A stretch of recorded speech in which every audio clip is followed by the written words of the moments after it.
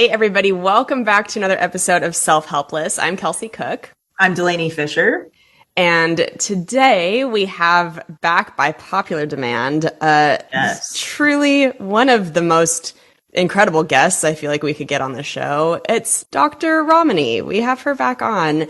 And you might have heard her on the Narcissistic Personality Disorder episode we did.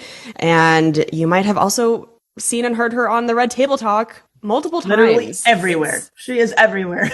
It's incredible. And she has a new podcast called Navigating Narcissism. And I really feel like a lot of our listeners will be interested in checking that out. And she's just such a wealth of information.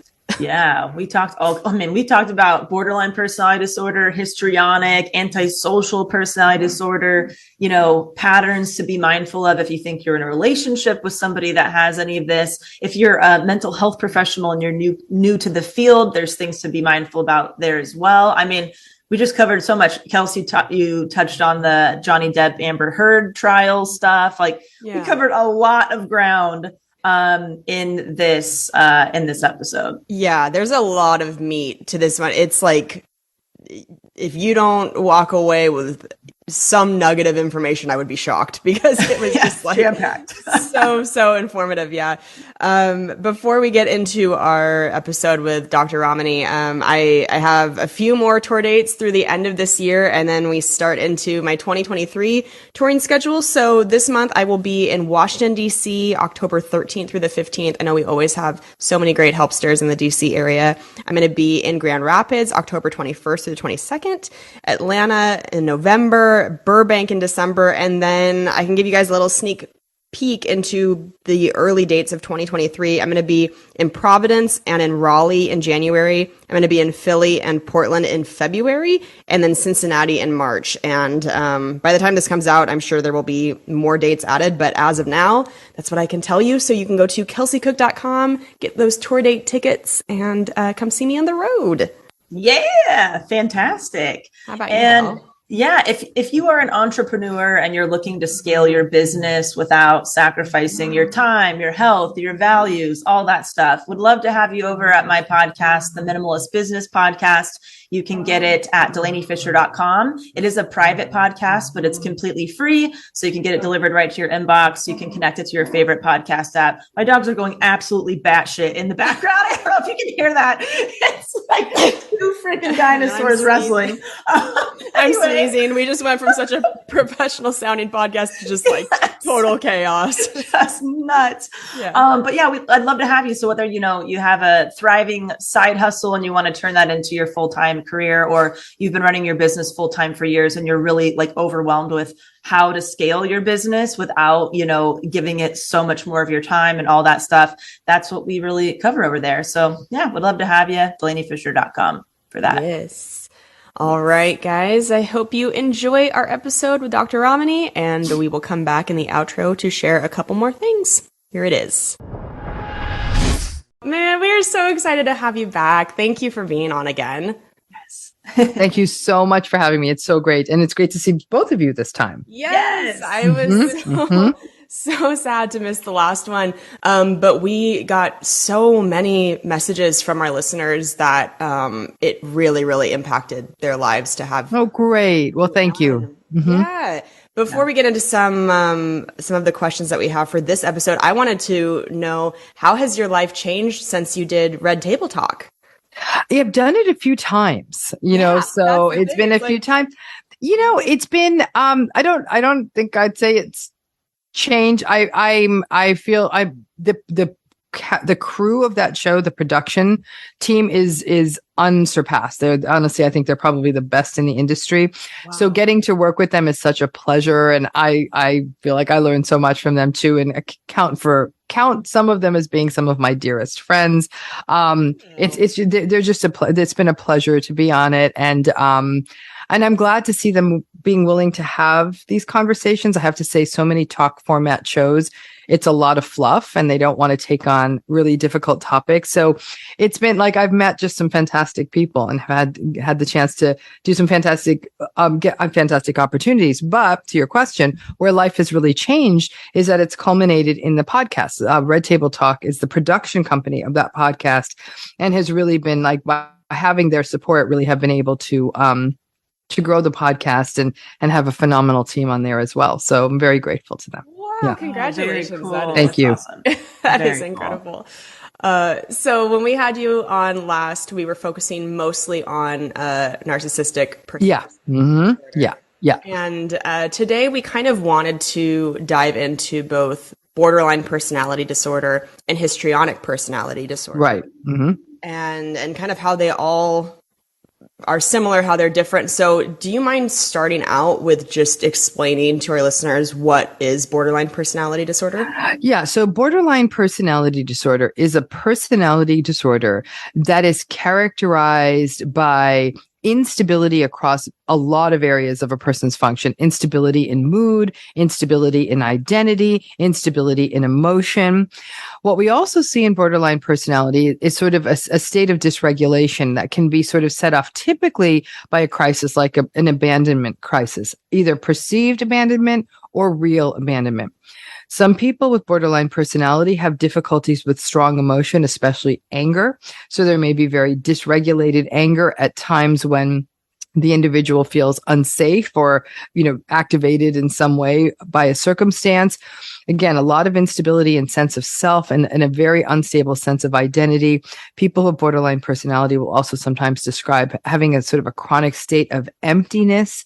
And then in some cases, what we'll see with people with borderline personalities, because they're unable to regulate their moods well, and they can often feel a significant sense of despair, there can be frequent suicidal thoughts, suicidal gestures, or suicidal behavior. So in that way, borderline personality is actually one of the more, if you will, severe and dangerous mental health issues because it is because of the higher rates of suicidal ideation, gestures, and behavior we see associated with that particular personality pattern. And more often than not, people with borderline personality have co-occurring disorders, most typically mood disorders like depression. Anxiety, a lot of anxiety, could be frank anxiety disorders. We may also see other kinds of high risk behavior that sits alongside borderline personality. Things like, for example, substance use and other risk taking behaviors that not only can the substance use escalate into sort of problematic substance use, but also, for example, issues with dysregulated spending or eating or things like that. So again, it's a lot of instability, a lot of dysregulation, and a lot of despair. Wow. Okay. Wow. And how is borderline different than histrionic and like maybe even antisocial personality disorder? It's significantly different. So histrionic personality disorder is a personality disorder that I wouldn't be surprised to see from a diagnostic perspective to be phased out. I think there's already some talk of that. What the DSM needs to be, and the ICD, all these disease classification systems need to be remain aware of is, sort of the framing and the contextualization around a disorder. Like histrionic personality, even the name is bad. Like histrionic derives from hysteria, which is basically a pathologization of a woman's uterus, which I have a problem with. It's like the idea of hysteria is a wandering uterus. Histrionic is a twist on that phrase. So immediately they're going to have to find, if they're going to keep any of that, that pattern in the DSM, they're going to have to change the name. But also histrionic is very different though. It's a personality style characterized, and it's a maladaptive personality style characterized by attention seeking and very shallow emotion. So people who are histrionic tend to be overly dramatic, very exaggerated in their emotionality, desperately need attention. And if they don't get attention, they feel very uncomfortable. You'll see a lot of theatrical gestures and attention getting gestures. You may see inappropriateness in how they'll conduct themselves. Notoriously, people with a histrionic style have been labeled as being very flirtatious. So will often be quite seductive as a way to get attention to themselves. And it's and then they're very shallow in their emotions. They'll have a lot of sort of flighty relationships where it's like lots of air kissing and hi, it's so good to see you kind of stuff versus a lot of depth. And when a person really needs that person with that personality style to be there in a deeper way, the person with the histrionic style either isn't interested or really doesn't even seem quite capable of it. Their empathy is kind of shallow too. They'll seem very emotionally sort of, hi, how are you? Oh my gosh, you're sad. But it doesn't really, person doesn't really feel heard by them. If I ran the world, I would view histrionic personality styles as sort of a bit of a continuation of narcissism, almost like a milder level narcissism. So I'd say that a lot of folks with what I consider mild narcissistic presentations look like they have this more histrionic style. I think certain sort of social things in our world, social media really pulls for people with histrionic personality styles who will often use it as a place to showcase emotions in a very raw, but at times sort of very inappropriate way. People with histrionic personality styles can be very intrusive. They'll violate boundaries in the name of just sort of, it's almost like everything's about attention for them. They feel very emotionally stunted. But again, the reason I always tell people to have caution with this is that when you really want to look at it from a gender socialization perspective, before you start pathologizing people for sort of being seductive and flirtatious, we also have to look at how that behavior gets incentivized by society, right? So again, when we can get into a big sociological discussion of why I think there's an issue, but I think the shallowness, the shallow empathy, the shallow intimacy, the attention seeking, it all feels like narcissism, but without as much of the malevolent manipulativeness. And people who are histrionic are uncomfortable when they're not the center of attention. Interesting. Yeah. And yeah, you bring up such a great point with social media incentivizing some of that behavior because I mean, people do literally make more money on social media by growing their following, by sometimes turning their platform into that vlog kind of style where they're,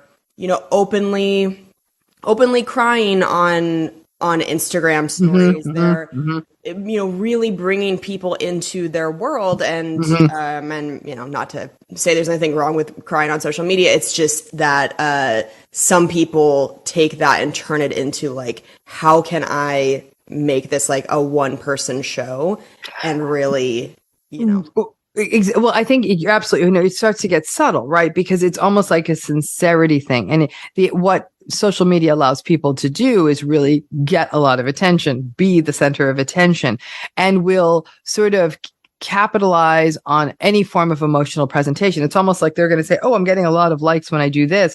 I'm going to keep doing this, rather than a real sincere expression of that emotion. They're in it for the attention rather than the authenticity. Right. Got it. And would you be able to explain antisocial personality disorder as well? And antisocial personality disorder is an entirely different animal. So antisocial personality disorder is often traditionally what the term people are used to hearing is psychopathy. So antisocial personality disorder is a very unfortunately named disorder because people think people who are antisocial want to be alone. That's not the case. Antisocial is called that because it's antisocial norms, antisocial rules. So people with antisocial personality disorder, again, think of them as psychopaths because it most best conforms onto that term. But these are people who for most of their lives, so even prior to the age of 15, have been engaging in behavior that violates the laws and ethics of a society and the rights of others. They have very little care for other people, so very little empathy, very little remorse when they do something bad. They do bad things because it's a means to an end for them. They will often have very inconsistent work histories. You'll see that they've had aliases. They may have had other lives they don't talk about. They'll lie about having been in prison. They lie. I mean, they lie about everything. Very, very manipulative, very, very calculating, very, very cunning. But it's that lack of remorse, that lack of anxiety that really sort of makes that antisocial personality style set out. Again, without belaboring this and turning it into an abnormal psychology lecture, antisocial personality disorder and psychopathy have some differences. Personally, I prefer the psychopathy framing because I think it captures something very unique about people with that personality style where they don't get anxious, right? So that's why they can do bad things. The things that stop most of us from doing bad things is not just conscience, not just fear of punishment, but also anxiety. So even if there wasn't a punishment, we would not walk into someone's house and steal their stuff for no other reason that it would make us feel horribly anxious and horribly uncomfortable. People who are psychopathic don't have that. Again, calculating, cold, callous, parasitic. They will exploit anyone or anything for anything they need. And these are long-standing patterns. A person doesn't wake up at 30 in one day is psychopathic or have an antisocial personality. In order to get that diagnosis prior to the age of 15, that child would have had to show patterns like truancy, stealing, bullying other kids, torturing animals, setting fires. It was a collection of that kind of thing, violating the rights of other children, maybe even causing harm to parents or other children in the home. So it's a lifelong pattern. And the lack of remorse, that particular element of that diagnosis is not required to give someone a diagnosis of antisocial personality. It is sort of a requirement in a formulation of psychopathy. To me, the lack of remorse is a ringer. When someone does something terrible and doesn't feel bad about it, it's chilling. And in my own research in the past, I was very struck that we would see sort of two forms of antisocial. The people who did bad things and I don't feel bad and scary. And the people who do bad things and say, listen, I was a lost 24-year-old kid. I grew up in an abusive family. I was abused. I abused other people. My behavior wasn't good. And I did time in prison. And I've now really devoted my life to taking kids off this path. But I know I did a bad thing and I'm sorry for the people I hurt. That doesn't feel like psychopathy to me. That feels like circumstance. So I think that there's where the DSM, I think, fails. And that theoretical formulation of psychopathy hits it. So when I use that term, I'm hitting more of that lack of remorse, cold, callous, calculating, parasitic, sometimes even sadistic or moderately paranoid person. As you could imagine, if you list these three out, antisocial people are the most dangerous to others. People with borderline personality are most dangerous to themselves.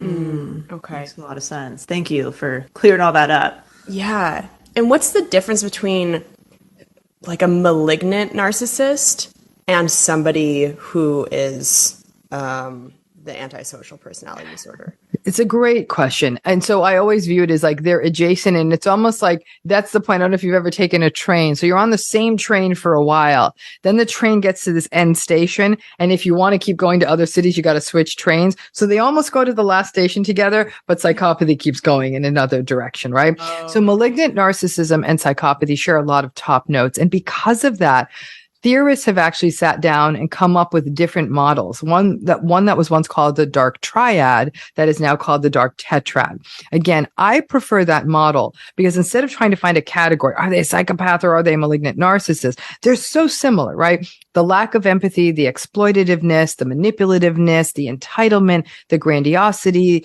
the cruelty, the sort of the singular motivation for power and pleasure and profit and all of that, the need for domination, similar all the way through. Yeah. Where we see that, again, the train goes off to a whole different direction, is the anxiety piece. And narcissistic people have anxiety. It's a driver for them, and it's largely due to their insecurity. Even a malignant narcissist is somewhat insecure. That's why they still need validation. Psychopathic people don't need validation, nor are they anxious. Psychopathic people may be driven by something else. For example, profit. They're like, I don't care anybody likes me. I don't give a damn. I just want my money. And so that's very different than a narcissist who would really be bothered by how they're being portrayed, right? The other difference is that lack of remorse. While narcissistic people can seem like they have a lack of remorse, they're still getting eaten up by shame, even if you're not hearing about it. The psychopathic person, not so shamey. They really don't have that. It's almost like they're lacking a chip. They're like, yep, don't care, don't feel bad. That kind of, it's a very different presentation. What I like about the dark tetrad model is it takes in 4 elements and it looks at how they relate. Psychopathy, narcissism, something called Machiavellianism, and sadism. And it views those 4 things as hanging out together. And by having that dark tetrad, you get all that narcissistic stuff, that lack of empathy, manipulative, grandiose, all that stuff. You account for the psychopathy, lack of guilt, lack of remorse, lack of anxiety, parasitic, shape-shifting, chronic liars. you bring in that Machiavellian piece, which is the willingness to take advantage of anyone for anything. So being very exploitative, but also really masterful at working systems. And then you got that sadism piece, which is, I kind of get off on hurting people. It kind of lets everyone know I'm the most powerful person in the room. If I ran the world, I would call it the dark quintad, I guess, because I would add paranoia into the mix. Not full-blown paranoia like we'd see in a person with schizophrenia, but paranoia to the degree that there's a constant perception of threat, the sense that everybody's out to get them. So they're always on high alert, which is why all you need to do is even look at them the wrong way. And it's like, what are you looking at? And then before you know it, it's like a gun battle. There's a tremendous likelihood of sort of personalizing what's happening around them, and then the need to eradicate the target, right? So when people are more narcissistic, they're more thin-skinned. They're more like, yeah, you think you can mess with me kind of thing. Psychopath's just going to shoot you in the head. So it's a little bit different in how it manifests. But that dark tetrad, or Dr. Romney's dark quintad pattern is, it's dangerous. The only thing I can say about it is it's dangerous. And I don't just mean dangerous violent. I also mean dangerous corporate. Like, these are people who will have no problem turning around rules and regulations to put tons of money in their pocket, even if people lower on the economic scale suffer immeasurably. To me, that's dangerous, because ultimately many people will die from not having safety or healthcare or all of that. So no matter what, when you have those factors in place, you're dealing with a dangerous person. Wow. We have a lot of mental health professionals that tune into this podcast. Do you have any advice for them if they are maybe new to their field and they're trying to spot these behaviors as early as possible within their clients, or, somebody bringing in their spouse? Do you have any guidance for people who are really trying their hardest to differentiate between these three styles, between yeah. They're, it's almost like one of the things, they're so different, right? However, what's so challenging with personality issues, and where they're very different from everything else in the world of mental health, is people with personality issues, it's a stable pattern in the sense of they always have the personality issue. These things don't tend to sort of get fixed away. It's not like depression, where if you catch a person when they're in the midst of a florid episode of depression, it's very clear they're depressed. Well, those depressive symptoms can go away between therapy, medication, and even spontaneous remission. So there will be a time that person is not depressed. If I met a healthcare professional, they would say, well, you're not depressed. The person subjectively would say, I'm not depressed. But when you have a personality disorder, it's always there. It always characterizes the person. It always characterizes how they go through the world. That said, when you meet a person with a personality issue, whether it be borderline, histrionic, or antisocial, if they're on their A game, they're going to just look like anyone else you've ever met. It's really, with all personality issues, sort of the thing you want to see is how this person responds under conditions of stress. So when the person has stress put on them, that's when we see the personality disordered symptoms jump to the forefront. And that stress can be frustration, it can be disappointment, it could be rejection, whatever it is. That's when that stuff just boom, jumps to the forefront.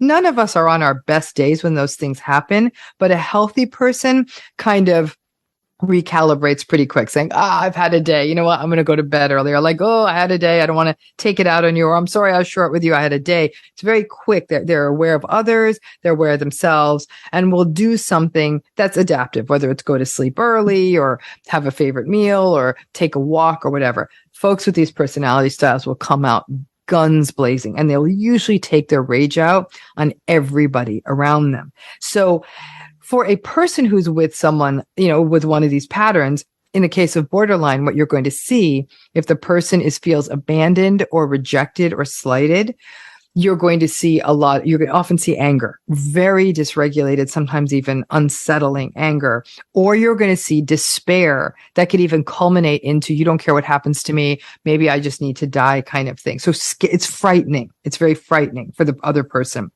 With histrionic, you're almost going to feel like initially people in histrionic relationships think this person's fun. I mean, because they kind of are fun. Like, let's go do this. And they almost feel, especially of younger people, like they're sexy, and they're kind of just, I'm going to dance on the table and I'm going to get all the attention. And you sort of feel like you're in this sort of really cool party, person situation. And then, as in all relationships, after the first 4 to 6 weeks of fun and hot sex are starting to abate, real life happens and you're like, yo, are you not going to get up and go to work? I can't be bothered to work. Like, it's very immature.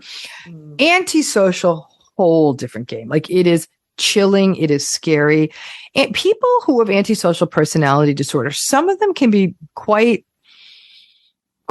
charming, quite charismatic. And that love bombing we see in narcissism, you can see it in antisocial personality as well. The difference is that the antisocial person, when they're in a relationship, they're really only motivated by power, profit, and pleasure. That's it. So they're going to ask themselves, what pleasure am I going to get from this? You make me look good. I like having sex with you. It might be, I need an address in this city. So I'm going to take up with this person so I can use their apartment as my address. Do they have a resource I need? So it's basically how they can parasite or exploit that person. That's what an antisocial person is looking for. But initially, because they are quite charismatic and charming, a lot of people will think, whoa, this is a cool person. And they'll keep going. And then scarier things will happen. Antisocial personality people can be quite controlling in a relationship, doing everything from asking you your whereabouts all the time to even putting trackers on you. These days, and this is, again, I will say this to everyone, AirTags, dangerous. If you have those Apple AirTags, which you could use to find so many things, which are great. These are the kinds of things that are being used to track people. If you have a messy car like I do, throw an AirTag in there. You can follow that person wherever they go. If you have an iPhone or any Apple device, it'll tell you if there's an AirTag in your proximity. So make sure your devices are set to that. So tracking and stalking has become easier than ever. Really, I don't know that was poor Apple's intent, but it's sure, because when I saw the technology, I was like, wait a minute, I bought some for someone as a gift. I'm like, oh, what? Wait, if this has unlimited range, because people are putting them in their suitcases.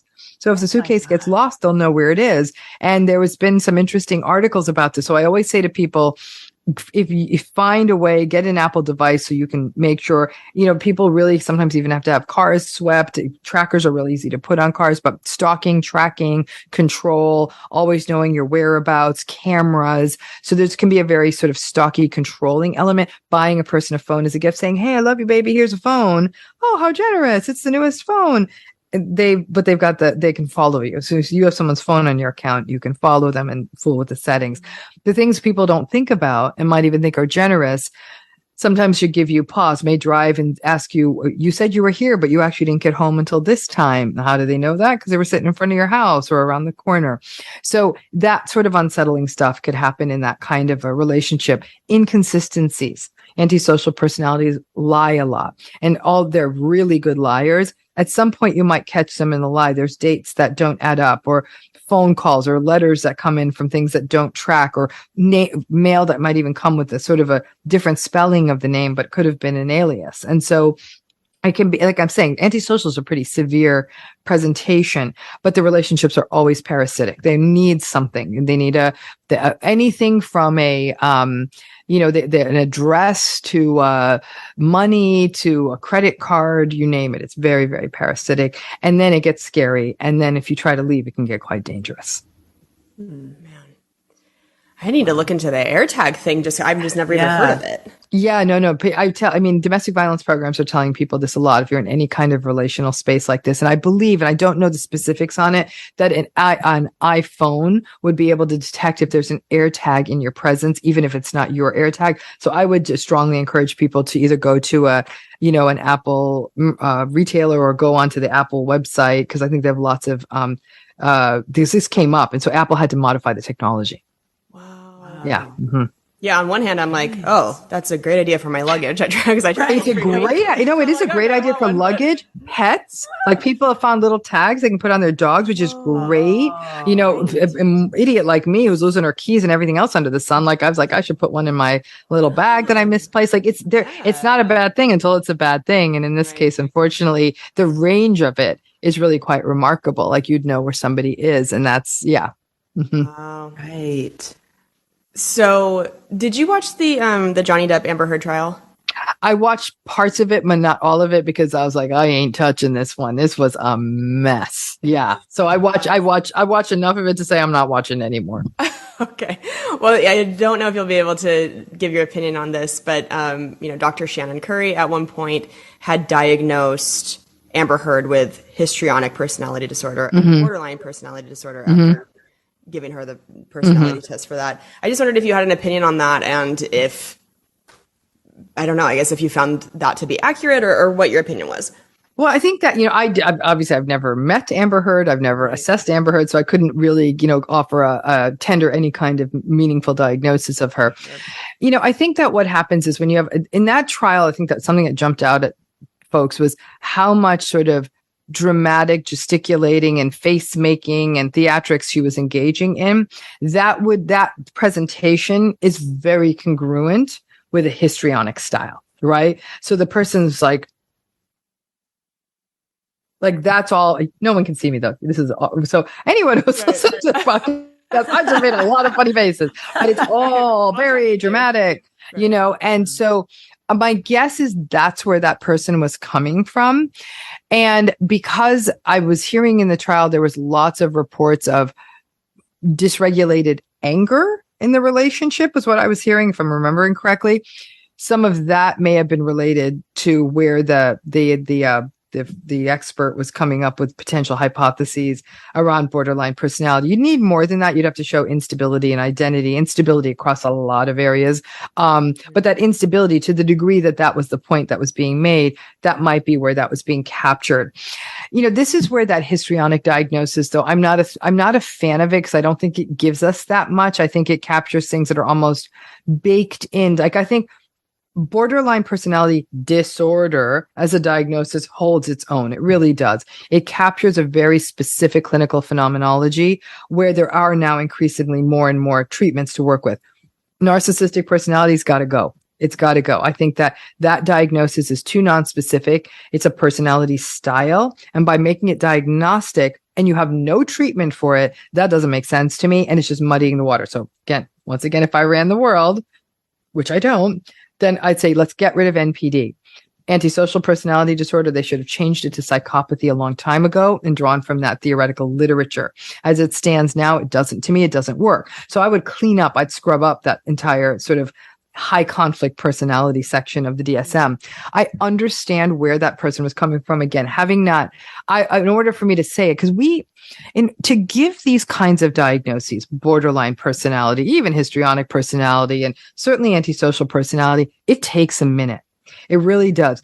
Antisocial might be the easiest to diagnose, because if you come to find out this person's committed a bunch of crimes before they were 15, or done bad things before they're 15 and committed crimes after 15, or violated the rights of others, you're in. Like, it's a very behavioral pattern, right?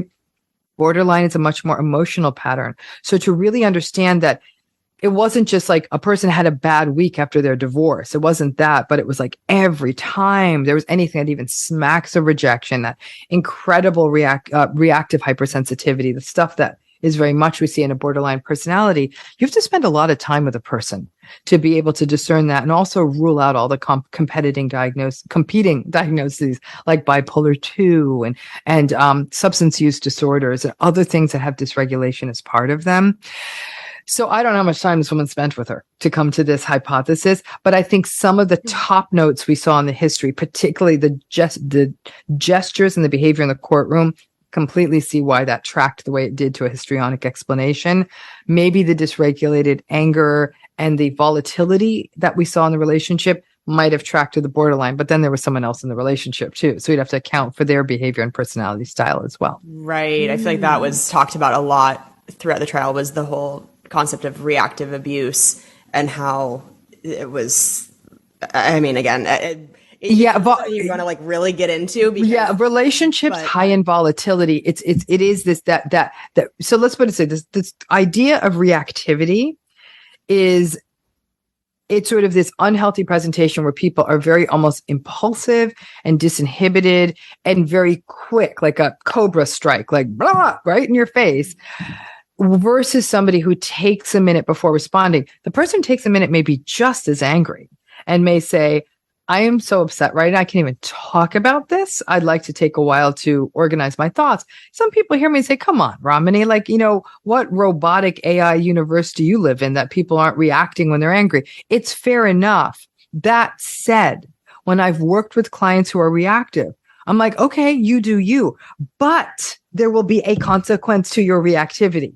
You don't get to walk around and vomit your feelings on everybody and be reactive because you're upset and not expect that there'll be blowback, that the person who's abandoning you actually leaves for good. Or people say, I don't want to talk to you anymore, or I don't feel safe with you. You can't have it both ways. You just can't. Right. You mentioned bipolar 2. Are there any like other common misdiagnoses that often happen? Let's say somebody actually has borderline, but maybe somebody diagnoses them with something else or... So bipolar 2 is a very common one. And one thing you got to remember about borderline personality, what often gets missed is that people say, oh my gosh, he's up and down all the time. He is bipolar. I'm like, no. Borderline has that in one day lability, and lability is that big shape shifting of emotion and mood. So a person could wake up happy, be rageful by 10 o'clock in the morning, be sobbing by noon, be happy again by 2. With borderline personality style, not only is there a lot of dysregulation, there's a lot of almost what I'd call like environmental response. They're responding to anything that's happening in front of them. So to somebody watching this from the outside, they'll say, what the hell? You were laughing an hour ago.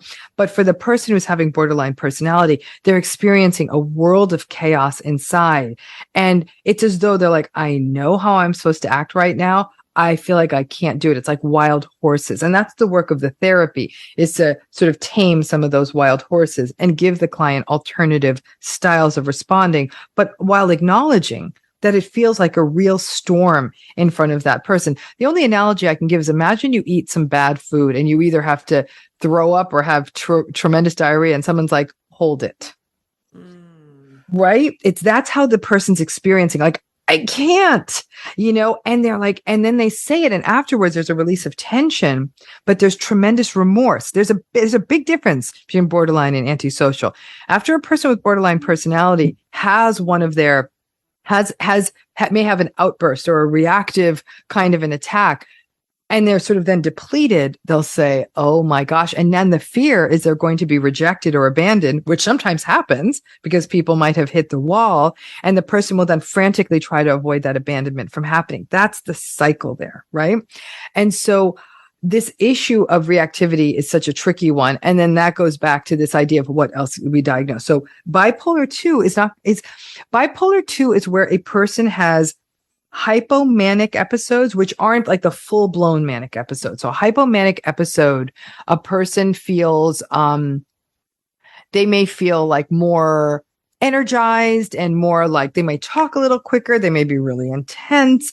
They may be like, go, go, go. They could work like 18 hours a day, but they're still getting, maybe only 4 or 5 hours of sleep, but not the 1 or 2 we might see in someone with mania. They're not doing really unusual behaviors. They're just probably doing a lot too much of them. The highs aren't as high. The lows aren't as lows, but they're still distinct. And they're not happening in the same day. Person with bipolar 2 is not going to be depressed in the morning and manic in the evening. They have their hypomanic periods. They have their depressed periods, right? So that's one misdiagnosis. Another misdiagnosis is ADHD.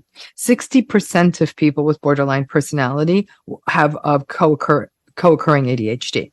So it's not an either or. It's that ADHD is so common in people with borderline personality. The challenge is then some clinicians will say, oh, this is just ADHD, because ADHD has impulsivity. ADHD can sometimes have some anger issues, what we call anger modulation issues, the difficulty managing it, distractibility, kind of like sort of almost feeling flighty, like not paying attention, jumping from thing to thing. Those are also patterns we see in borderline. When people say, maybe I have ADHD instead, I'm thinking they probably may have very well both, because people with ADHD won't have the instability and identity and the same level of instability of emotion and the abandonment issues. All of that's going to be housed in the borderline. We may also see co-occurring substance use issues. Some folks with borderline personality are literally attempting to self-medicate, trying to get the moods to come in a little bit more to the center, and may not like the way psych meds make them feel. So they sort of may find themselves doing that, but they may also be using substances as part of high-risk behaviors, acting out.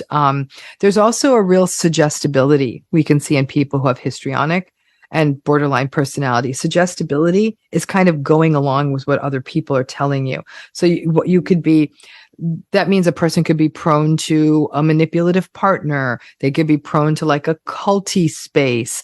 They could be prone to someone saying, if you do this, you'll magically lose 60 pounds. Or, there's again a suggestibility, which can almost feel naive.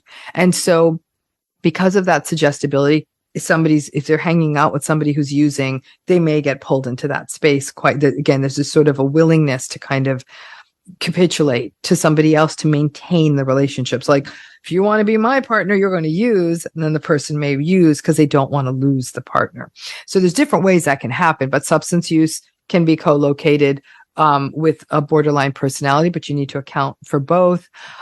Depression, certain anxiety disorders, and then there are things we call impulse control disorders. Things there are like something called intermittent explosive disorder. The most common manifestation of that is road rage. So a person just almost like you're living your life and all out of nowhere, it feels like they have this absolutely overwhelming sense of rage, which is dangerous. So some people that may co-locate with borderline personality, but you'd want to understand how often it happens, what the triggers are, and so on before determining if it's the impulse control disorder or borderline personality. So you can see that there's lots and lots of overlaps out there. Yeah. Yeah. Oh, and another one, the most important one, I almost forgot, post-traumatic stress. So borderline personality has a trauma origin to it in almost all cases. Everyone says, everyone has borderline personality disorder with sexually abused. Not necessarily, but trauma, loss, and invalidation, absolutely. When we look at Marsha Linehan's biosocial model of the origin of borderline personality, she sees it as a point where a person has a high biological vulnerability and a highly invalidating early environment. So there's this understanding that some people are biologically vulnerable. I think that with time, we're probably going to see some form of genetic vulnerability, though there are going to be people without that vulnerability who may develop it. But that vulnerability coupled with that invalidating early environment. And that invalidation may be frank trauma, physical abuse, sexual abuse, neglect, chaos in the early environment, witnessing domestic abuse and violence, abandonment by early caregivers, and even the invalidation you see when a parent is so involved in themselves that they don't have the capacity to hold space for their child's own autonomy. And I think that's probably more cases of borderline than we would think. And so any of those kinds of invalidating early circumstances against that biological vulnerability can result in, is more likely to result in a presentation of borderline personality disorder. In every client I've ever worked with who had borderline personality disorder, we saw both of those things operating. And almost always we would see at least one biological relative with either one of these similar kind of adjacent personality issues or with a major mental illness. This is a random question, but you mentioned road rage. And I wondered, why is road rage such a specific thing that people struggle with? Because there's not like there's shopping rage or like cooking rage. Like, what is it about driving that makes some people get into that headspace? I think the anonymity and the incapacity to communicate with another driver. So, like if a person just cut right in line in front of you at a grocery store, right, you'd be like, I'm in the line. And the person's like, oh, I'm so sorry. I thought this was just one line. And then the whole thing will pass. But when that happens in a car, that anonymity doesn't help. That said, that happens to us all the time. And there's only a subset of individuals that are behaving in that manner. I think the anonymity makes it worse. I always thought a great device on a car, but I think probably could cause more accidents, would be a little sign, can I get in here? Or thank you for letting me in. Because, sometimes people give you the wave, but if there was a way to communicate, like, I just need to get in. Oh, I waited too long, yes. And then, but there's too many signs on the back of your car. That's just not going to work. But who knows? Someday down the line, some sort of technology or person could send that to someone's like windshield to come up with like, oh, they need to get in. If we could communicate, I think that would help. I think that there's an anonymity. Someone I know once said to me, they said, so many people are so frustrated in their lives. They can't pay the bills, especially now with inflation and rents being so high and all of that. And they said, So that tiny little bit of street that they own that they're not letting you into may be the only power they've had that day. So like, I have no power at work. I have no power at home. I have no power anywhere. But damn it, nobody's getting into this little spot of freeway I've got right now. So I don't know if there's that psychology. I also think though, I think road rage gets more attention because it can be so much more lethal. Someone's screaming in the grocery store, that's just uncomfortable. But someone slamming into someone with a car, that's a different game. But I would argue that the road ragers are also grocery store ragers, go home and yell at your spouse ragers, scream at your dog ragers. I think they're ragers. And I think anytime they perceive that somebody's trying to take advantage of them, there's that sort of reactive hypersensitivity. And we see that cut across all of these personality styles, that those folks are just wired for, again, it's a thin-skinned quality. There's a name for it. And when it gets to a high enough level, we call it something called hostile attribution bias. And hostile attribution bias, I mean, in lay people's talk, is everyone's out to get me.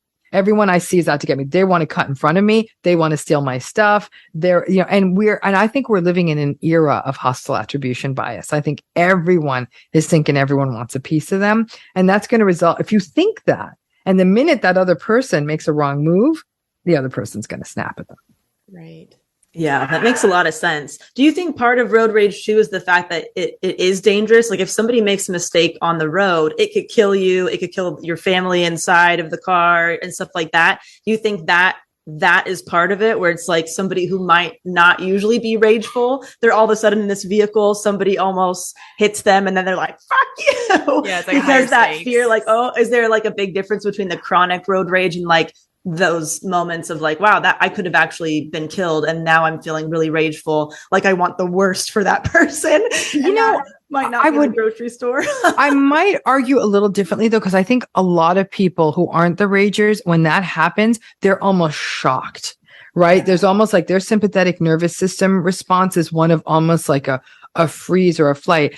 Again, our other than our AirTag takeaway is this: I cannot stress to people enough how dangerous it's gotten on the roads. Now, maybe I'm in Southern California where we're a very roady culture. I'm saying to people, when you see that person who is doing something funky in their car, let them go. They may be breaking rules. Let them get away from you. And I hate to say it, becomes someone else's problem, because we are entering an era where honking at the wrong person means you die. And there have literally been, there was this tragic story here in Southern California of a little kid, 5-year-old kid who got killed because his mom had cut the person off trying to get into a carpool lane. It was down in Orange County. And the driver, who was, he was just a bad guy. Right. And he, had history of being a road rager, picked up a gun, shot the other car, went through the back of the car, went through the child's back and killed them. And while people say, oh, come on, that's an apocryphal scene, I don't know. I've seen too many of these stories. And I bet that woman didn't think that when she kind of stuck into that carpool lane or cut the person off unknowingly, that her child would end up dead. Like, we are definitely in an era of unfettered, dysregulated personality. And because our laws are not designed to punish this stuff, you can't go arrest someone for being narcissistic. We have to wait for the dysregulated person to do a bad thing, to commit a crime. And if you are on the other side of that crime, it could be lethal. And I hate to say it, I'm the only person in Southern California who thinks everyone on the road has a personality issue. So I'm like, I'm just going to be steady as she goes. This huge distance around. My kids are like, why do you drive like this? And I'm like, because I just think everyone on the road is going to try to kill me. Yeah. So. Oh my God. Yeah. I also wanted to circle back to, you said that kind of like if you had it your way with the DSM, that you would get rid of NPD and with narcissistic personality. Yeah. What would you change it to? Like, what would you feel is? I would say that you don't need to diagnose the pattern, right? Because insurers don't pay for that diagnosis. You ain't going to get insurance reimbursement if you're a therapist on that diagnosis. We don't really have good treatment for it. And I think what has to happen is if a therapist sees somebody with these kinds of patterns, A, it's a miracle they're even in therapy, but B, then work with the patterns. But I've got to tell you, part of what's made my life so much harder is I'm trying to teach people about these patterns. Oh, you are diagnosing people. Stop diagnosing people. Shut up. I'm not diagnosing anyone. I'm saying that they're narcissistic. That is a pattern. Just like saying someone is friendly or someone is agreeable. No one's saying, why are you diagnosing them? Those are patterns too. And so I just think getting rid of the diagnosis, it gets you nowhere. It does nothing. It has no forensic utility. It has no clinical utility, and it's making a really important societal conversation impossible. That makes a lot of sense. Wow. Yeah, and I'm sure this is something that, was discussed in your previous episode with us, but when personality disorders are talked about on our podcast, we get a lot of messages from our listeners saying, hey, this sounds a lot like my partner. Mm-hmm. How do I navigate this now? Do you have advice for people on navigating something like that in a safe way, or how they can possibly work with it? So here's number one is, I am a believer that people should not be slapping a diagnostic label on anyone, right? But you can certainly point out patterns. So when a person says, I think my partner has NPD, I'll be like, slow down, sister. Let's walk backwards a little bit. Why are you saying this? They'll say, my partner never has empathy. No matter what I say, they tell me I'm stupid or I remembered it wrong. Okay, they're being gaslighted. I feel like everything's done on their schedule. And anytime I try to exert my needs, they laugh at me. Okay. While it's a lot messier to say that sentence than it is, I think they're narcissistic, which they probably are. By identifying the patterns, at least you're clear on what to keep looking for to see if there's shift there. Because if you say they're narcissistic, then what needs to change here, right? So I'm a big fan of people breaking it down by pattern. And then I tell folks, for a little while, track it. You may keep journals already and say, listen, this hasn't changed. It's been like this from day one. This person's been contemptuous of me from day one. They have one face for public, one face for private. It's been like this. Okay, then you already know it's a pattern. And odds are you've tried 20 different things to make it change. You've been confrontational. You've been really nice. You do anything they want. You keep your mouth shut. Nothing's working. Nothing's going to work. So then I say to people, if you want to be totally sure and it's safe, go into the tiger's cage. What's the tiger's cage? You walk in and you actually have the conversation. So maybe they weren't empathic and say, hey, that didn't feel really empathic when I shared with you what happened at work. If they go off on you, you've entered the tiger's cage, the tiger tore you apart. I think you have your data and you've had enough data. It's almost like that one more piece. But if they say, hey, sit down and tell me about it, then you have to go back and say, what was like, maybe this is actually, there's something else I can make sense of this with. So it's finding those patterns, feeling confident that this is a pattern, that nothing you're doing is changing it. Go to your own therapy if you can, if with a therapist who gets this. And then in addition to therapy and all of and any other ways you're supporting yourself, you have to start engaging in a couple of things. One is radical acceptance. How do I feel about this relationship if it's always going to be this way? Because odds are it's always going to be this way, right? Some folks will say, listen, I've been in this for a long time. We have kids. It's the religious reasons, financial reasons, whatever. I respect that. And I'd say, okay, then it's time to start throwing some Hail Mary passes. You can bring it up and see like, listen, this is feeling untenable to me. If it's safe. And then either the partner will say they might try, they may not try. Some people will say, I'm out. And then the partner will try for a little while. The partner might future fake and say, I'm going to fix it. And then they don't, but they get better for a minute. Couples therapy is dicey. In some cases, couples therapy can be a real, if like sometimes you might get a tiny bit of progress, but you need one hell of a good couples therapist who is not able to get played by a person, for example, who's narcissistic. If you decide I'm not leaving this relationship, there's other, because remember with the key to a narcissistic relationship to understand is that there's good days and bad days. It's not all bad days. And the good days confuse people.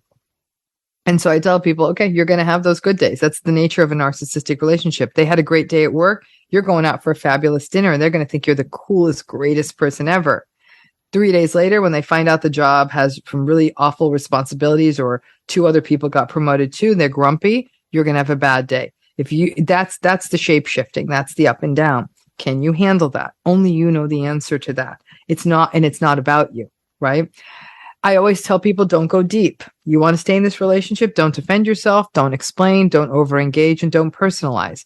Some people say, well, that's not a relationship. Okay, well, you're not going to have one with this person. You decide if you want to go. And then finally, it's radical acceptance. This is not going to change. This is it. So as a person goes through all of those, that recognition, and that takes a minute, some folks say, you know what? I think I might stay till my youngest child turns 18. Some people will say, no, I'm getting out because I don't want this. I don't want to raise kids with this person. And it may not just be a partner. This could be a family member. This could be a boss.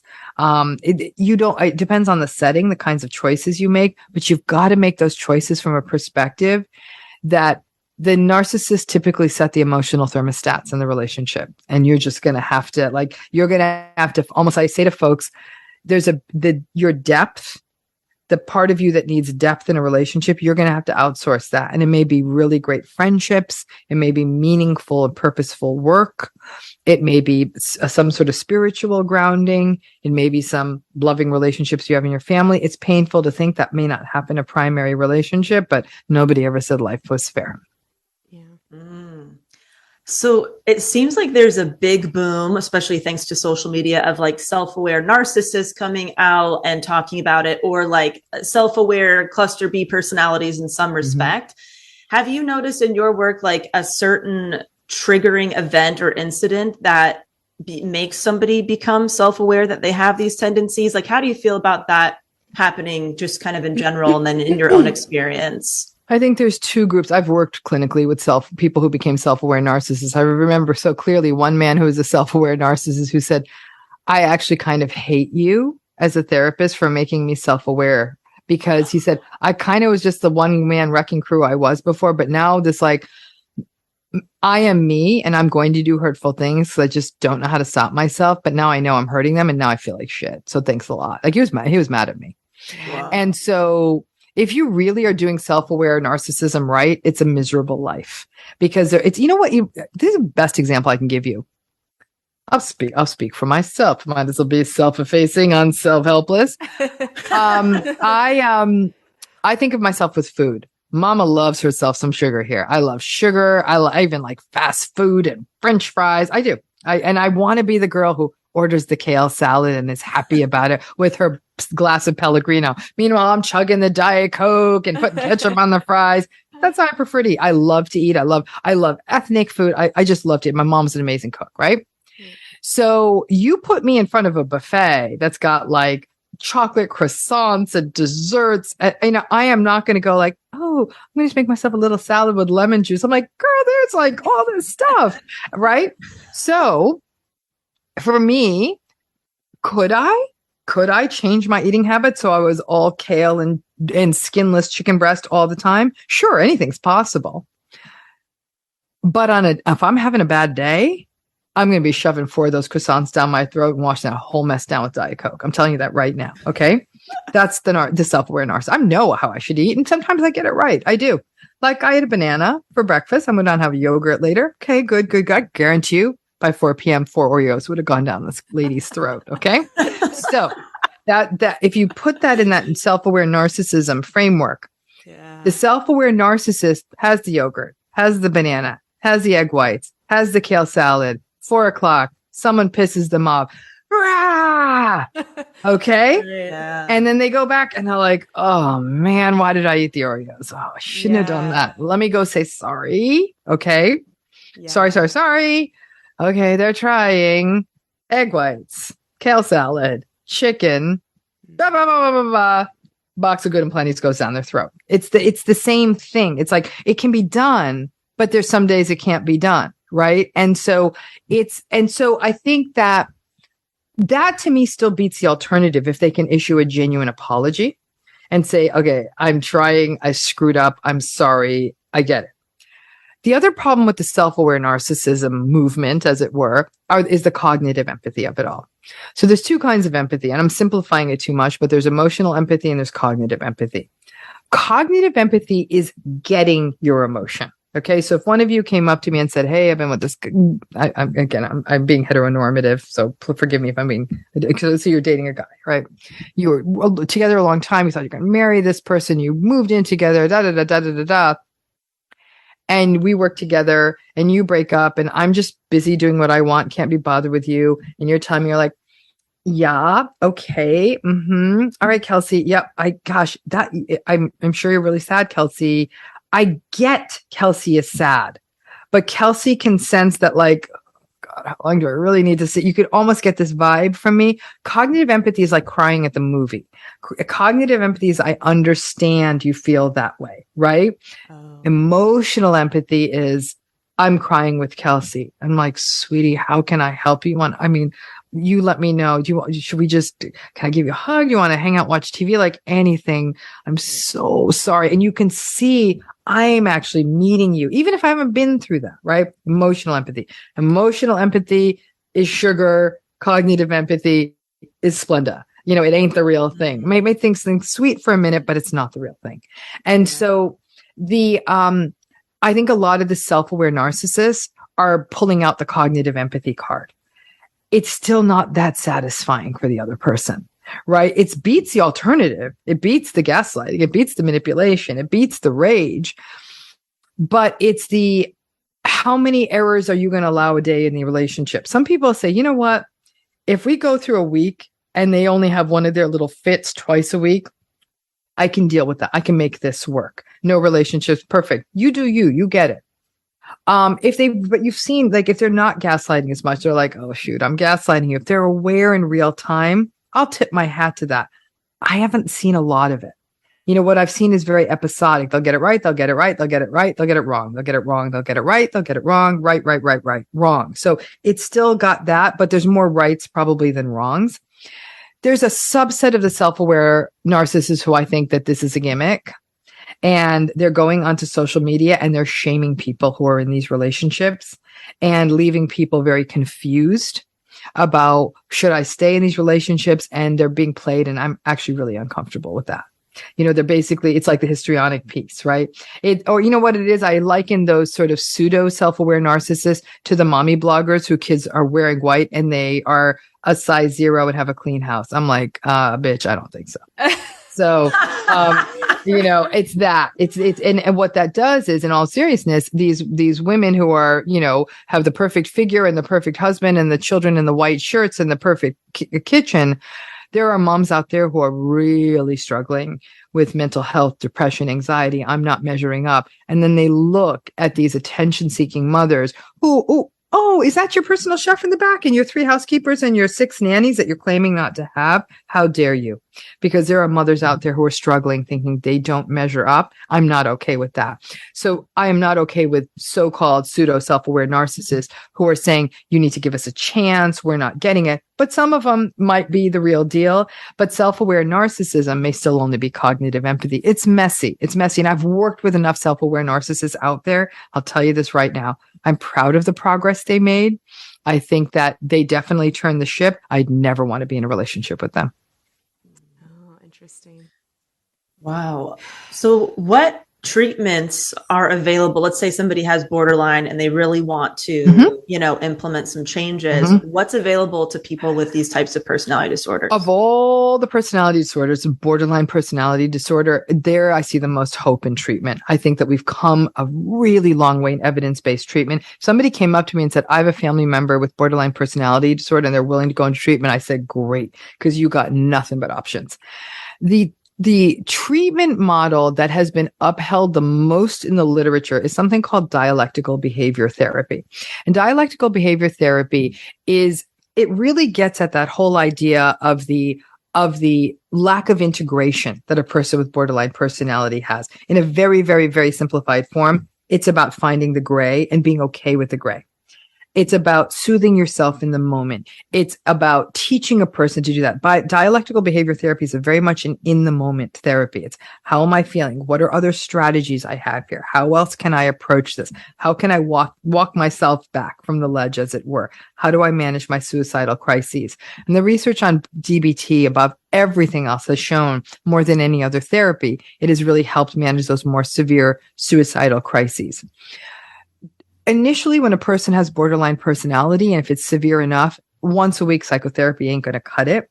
They may need to go into what's called intensive outpatient therapy or intensive outpatient treatment, which is sometimes 3 to 4 days, about 4 to 6 hours at a time. There's group therapy, there's individual therapy.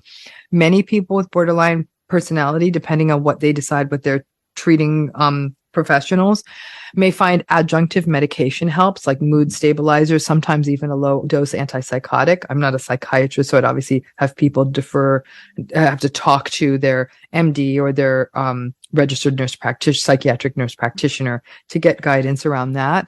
Then you'll also see other adjunctive treatments like CBT. But most crucially, I would say that the perfect model would also have to include trauma-informed therapy.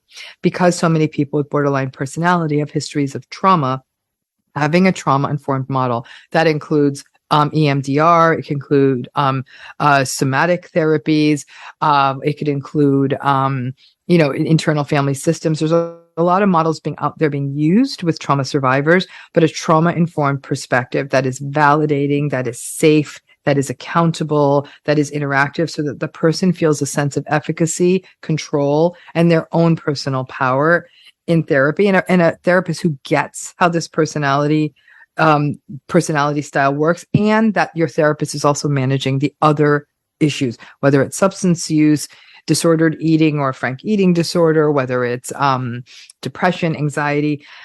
I personally am not. I mean, I think that unless a person's been in treatment for a while, once a week usually isn't going to cut it. It usually needs to be, and good DBT programs will have people do group work, individual work. There's a lot of workbook work in between, meditation and other adjunctive practices. It's a comprehensive approach, right? So this is not something you drop into therapy once a month. It's a comprehensive, focused, intensive approach, and that ain't free. And that's a big problem. It's an access issue. So I'm giving you the best of possible worlds. If a person doesn't have access to that kind of care, it can be a really bumpy road. Oh, that's so hard. Yeah. Can you please plug your podcast so that our listeners can come over? That feels very narcissistic, right? Yes. I would love it if people would tune in to Navigating Narcissism. You can get it at iHeart. You could get it at Apple Podcasts. Anywhere you get your podcast, you can listen. Please subscribe. It has been such a joy to work on this, because in my YouTube channel, where, we have so many people checking in there, I'm teaching folks about all of this, but on my podcast, it's a chance for me to talk to other people. But a lot of these are stories that have been shared in the media. A great example would be, I talked to one of the women from the Tinder swindler, Eileen Charlotte. And the Tinder swindler left people feeling like, oh, how could these women be so foolish? The problem is we tend to tell very perpetrator-focused stories in our media. We don't tell the stories of the survivors. Navigating Narcissism is the story of the survivors. It's how do people survive these stories? How do we stop pathologizing the survivors, viewing them as weak or foolish, and recognizing any of us would be vulnerable to this? And above all else, after hearing these stories, all kinds, people from cults, people who've been swindled, the woman who had to deal with Anna Delvey. So whether it's friendships, whether it's romantic relationships, cults, workplace, you name it. Yeah. How do you learn from the people who've been through it? How do we stop pathologizing them? How do we learn, and how do we use that to benefit our healing? So come and listen to Navigating Narcissism. You really, and anyone who's watched any of these things on Netflix or wherever saying, oh, this is the other side of the story. This is the other side of the story. So come to Navigating Narcissism. We turn the boat upside down and let you look at the hull for a minute. I love it. We can't thank you enough for coming back on. Thank you. Such a pleasure to talk to. I feel like I learned so much. Yeah. Thank you so very much. I know I appreciate it's really it. helpful to a lot of people. Thank you. All right. Have a good one. Bye-bye. Take good care. It's good to see you. Thank you so much. Bye-bye now. Bye. Bye-bye. Oh, boy. Oh, my gosh. It's like every nanosecond of that podcast episode was packed with so much information. You could tell she knows her shit, and she talks about it for a living. Because there is, in stand-up, we talk a lot about word economy, right? So like when you're writing jokes, you want to get to the point, right? You don't want to like put a bunch of filler in there that's not necessary. The way that she teaches about personality disorders, it's like, it is the most succinct, informational way to talk about it. It's so powerful. Yeah. I love the analogy she gave too, of like, the food analogy and stuff like that. Like it makes something that feels kind of not super digestible when you hear all the terminology, and she turns it into something that's very digestible and understandable to like the layperson. I really appreciate it. I always appreciate a good like example or analogy to like break down these like very dense things.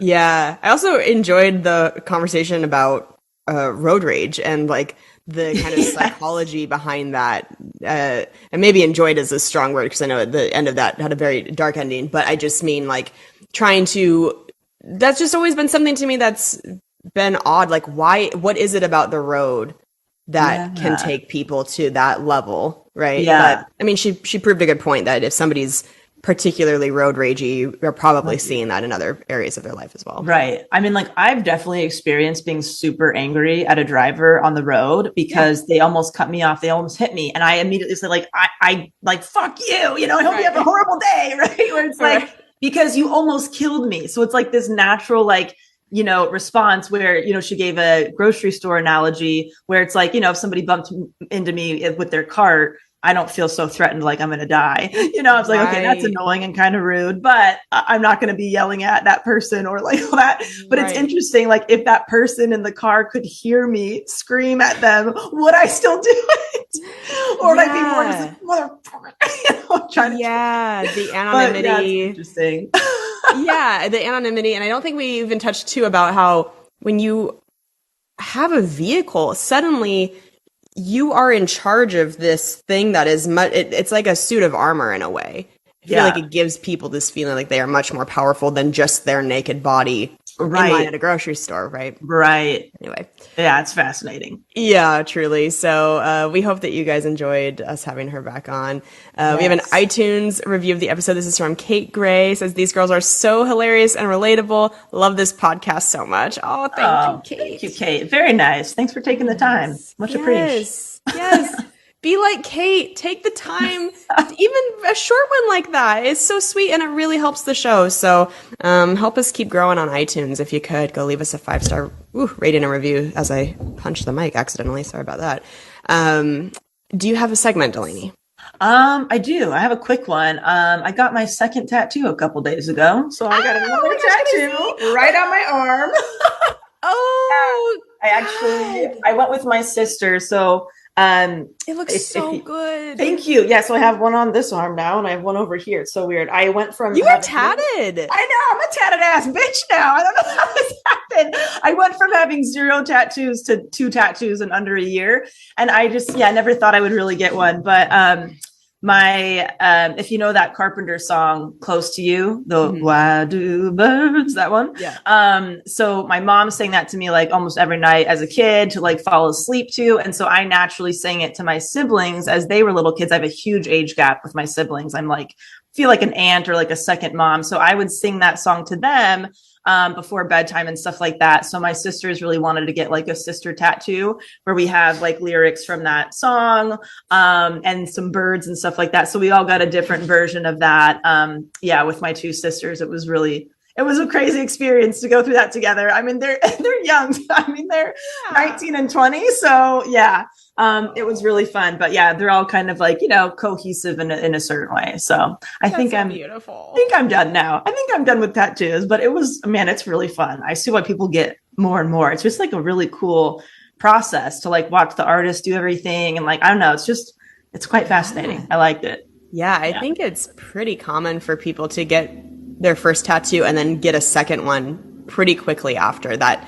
That's that what rush, you're saying, They're like, most people come back within the year after their second one. I was like, that's probably not going to be me. 9 months later, hello. Hello there. Remember me? Yeah. So what about you, Kels? Any hot updates or anything? I just wanted to share. So I've been watching a lot of documentaries lately. I think I mentioned on the show 3 identical. Why can't I remember the name of it now? Did I talk about this on the show yet? Documentaries? Yeah. Recently? I don't think so. We haven't recorded together in a while, so probably not. Oh, okay. So there are just a couple, 3 Identical Strangers. There are a couple documentaries I wanted to plug. I love that one. You've seen that one? Yeah, such a good one. Yeah. Wow, isn't that crazy? Wild. So wild. basically, these aren't spoilers, but just the basis of it is that there were 3 triplets separated at birth and found each other going into college, and kind of the whole background of like why they were separated. And it's wild, dude. So I've crazy. never seen anything like it. And it's a documentary that really stays with you. So I recommend that. And then I also watched Trainwreck on Netflix. So that's also the name of an Amy Schumer movie, but they did a 3-part documentary on Woodstock 99. And if you were somebody who enjoyed the documentaries on the Fire Festival and kind of how that went so poorly, Crazy. I didn't realize what really went on at Woodstock 99. I have watched video performances on YouTube of some of my favorite artists who were performing back then, and I've just seen like their performances, but everything that was happening behind the scenes, and it's just something that I did not have all the info on, and it is fucking crazy. Like, be warned going into it, it's a little anxiety inducing because the festival itself is it's very chaotic, but I am also glad I watched it because I just think it's an interesting piece of history. So, oh my God, can't believe I didn't lead with this. I went to the Red Hot Chili Peppers concert.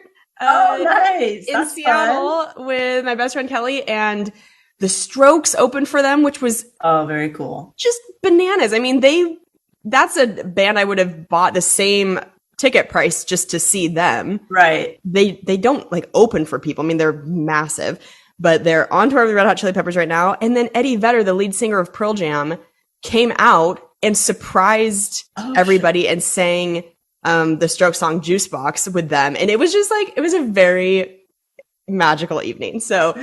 That's a good shit that I got to go do that. I had the best time. I love it. That's really fun. Yes, my favorite band, Red Hot Chili Peppers. So that was my second time seeing them, and they were incredible. They are 60. I cannot believe that these dudes are fucking 60 years old, but still killing it. Still killing it, yeah. So, yeah, I think that's it. But please go to kelseycook.com, get those tour date tickets. DC and Grand Rapids this month, baby. Fabulous. DelaneyFisher.com if you want the Minimalist Business Podcast. Sweet. We will talk to you guys next week. Bye. Bye.